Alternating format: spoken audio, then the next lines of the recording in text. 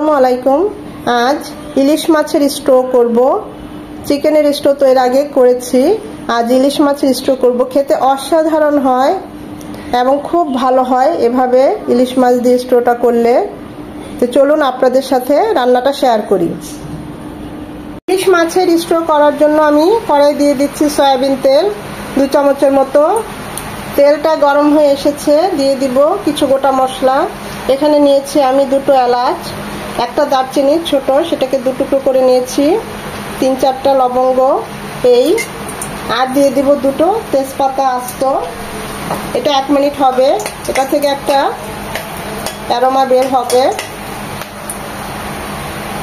গরম মশলাগুলো 1 মিনিট ভাজার পর দিয়ে দিব 2টো পেঁয়াজ কুচি।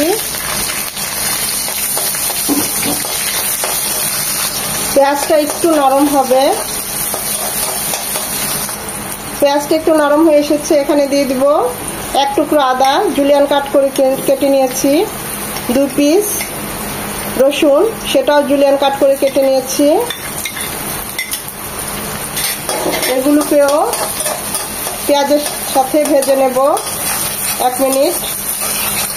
আদা রসুন পেঁয়াজ 1 মিনিট ভেজে নেওয়ার পর আমরা ইলিশের স্টোটা করার জন্য যেসব সবজি নিয়েছি গাজর, আলু, পেঁপে, ক্যাপসিকাম আর একটা টমেটো 4 ফিলিকনি নিয়েছি। এগুলো এক এক করে দিয়ে দেব। শুধু ক্যাপসিকামটা এখন দেব না, এটা সবার শেষে দেব। এগুলো একটু এই তেলে ভেজে নেব।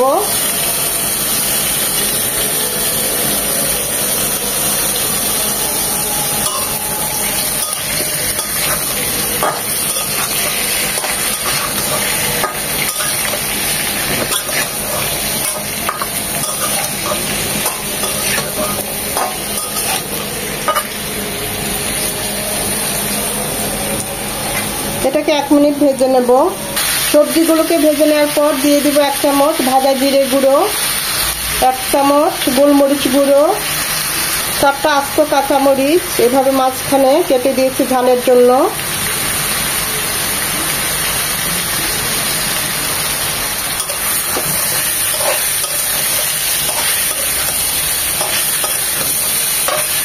মশলাগুলোর সাথে সবজিগুলো আরো 1 মিনিট ভেজে নেব। দিয়ে দেব 2 কাপ গরম পানি।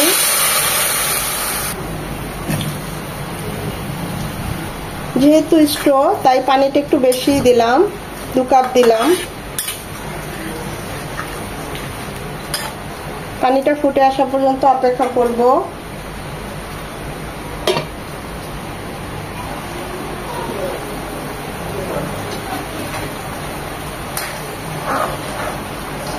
এই পর্যায়ে আমরা দিয়ে দেব ক্যাপসিকাম গুলো।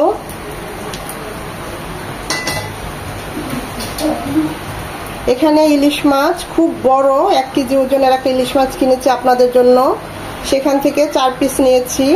মাথাটা নিয়েছে, শুধু একটু হালকা লবণ আর হলুদ দিয়ে মাখিয়ে হালকা করে ভেজে নিয়েছি, দেখতেই পাচ্ছেন। সেগুলো এখন দিয়ে দেব।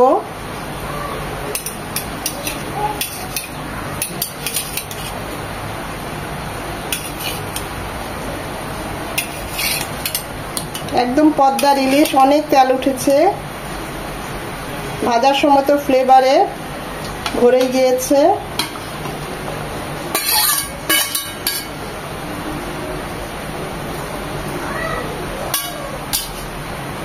দিয়ে দিচ্ছি স্বাদ মতো লবণ, লাগলে পরে আবার দেব।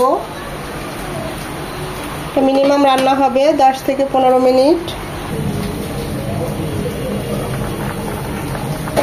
মাশাআল্লাহ, ইলিশের গন্ধে পুরো ঘর ছেয়ে গেছে। আমার মনে হয়েছে আরেকটু লবণ লাগবে, তাই আমি আরেকটু লবণ দিচ্ছি। দেখতেই পাচ্ছেন আমাদের ইলিশের স্টোটা কতটা লোভনীয়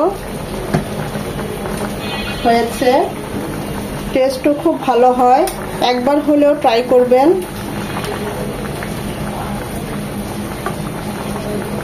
যে কোনো রান্না আমি নিজে ট্রাই করি, ভালো হলে তখন আপনাদের সাথে শেয়ার করি।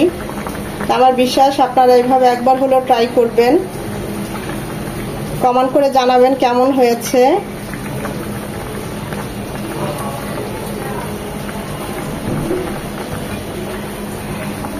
এটা আরেকটু হবে, আরো 5 মিনিট হবে।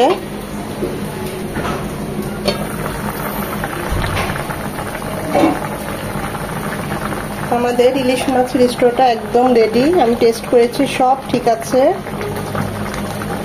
ইলিশ মাছের স্টো, চিকেন স্টো এগুলো কিন্তু গ্রেভি হয় না, এরকমই ঝোলটা একটু পাতলাই থাকে। আর মশলার আধিক্যতা থাকেই না। এখানে শুধু ভাজা জিরে গুঁড়ো আর গোলমরিচ গুঁড়ো দিয়েছি, এখানে আমি আর কোনো মশলা দেই নাই। আর আদা কুচি, রসুন কুচি দিয়েছি। আমাদের সব সেদ্ধ হয়ে গেছে, দেখতেই পাচ্ছেন যে পেঁপেগুলো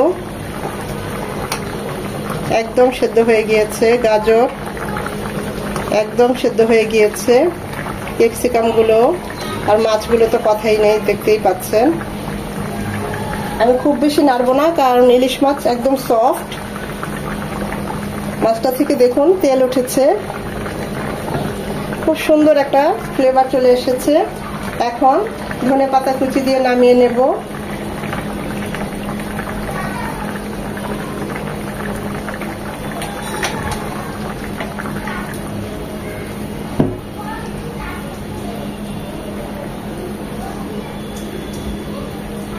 তৈরি হয়ে গেল আমার ইলিশ মাছের স্টো।